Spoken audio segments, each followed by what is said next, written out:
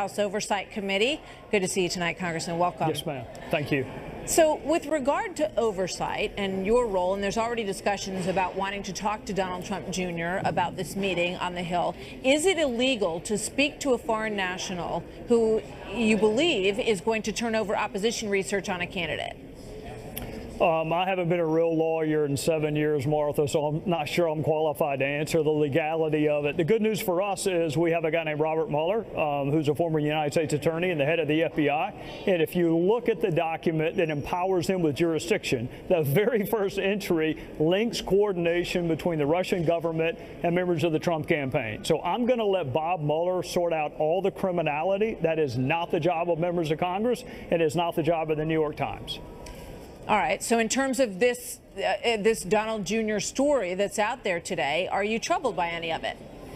Yeah, I'm troubled on three levels. Number one, the legal level, but I think that's Bob Mueller's lane. The political level, Martha, here we are beginning another week, this one in July, with a new revelation about Russia. And then the third, which is more of a medical issue, is the amnesia of people that are in the Trump orbit. Someone close to the president needs to get everyone connected with that campaign in a room and say, from the time you saw Dr. Zhivago until the moment you drank vodka with a guy named Boris, you list every single one of those, and we're going to turn them over to the special counsel, because this drip, drip, drip is undermining the credibility of this administration.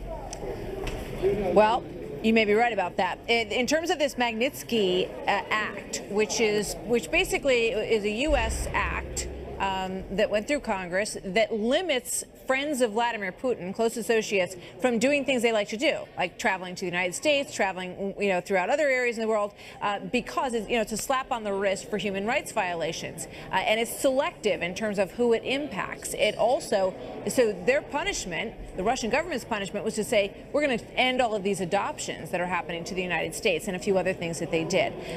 Are you concerned that there was an effort to influence this campaign with regard to changing that, or to find a sort of sympathetic ear on that?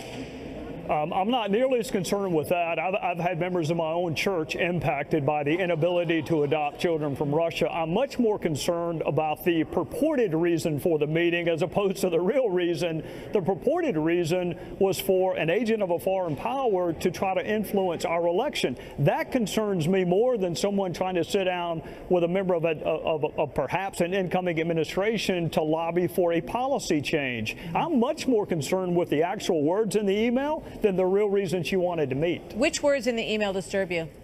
Russian government's efforts to help the Trump campaign, official documents. Those are the kind of words that for months and months Republicans have been saying there is no evidence of collusion between Trump, the Trump campaign, or even hangers-on. And here we have this meeting that may amount to nothing, but here we are on a Tuesday, on a week we ought to be discussing infrastructure or tax reform, and we're still talking about Russia, and frankly with some good reason, because this email, we should have known about it before yesterday. All right, we're going to talk more about that in a moment, but in terms of the other story, Jim Comey and the leaking of supposedly some classified information when he took those notes after his meeting with the president, do those notes become a government document, and do you want to hear more from him on this? I do. You mentioned oversight. I'm also on House Intel. I'm also on Judiciary. Those two committees are probably the more appropriate committees to have a conversation with Director Comey. The memos are available.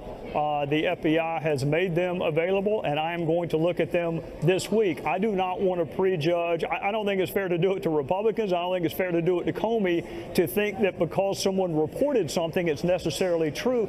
I don't know whether there's classified information in these memos or not. I'm going to read them this week. I'll have a better idea. That's probably going to be a House Intel issue as opposed to oversight. All right. We look forward to hearing more from you on that as you move forward with it. Congressman Trey Gowdy, always a pleasure. Thank you very much.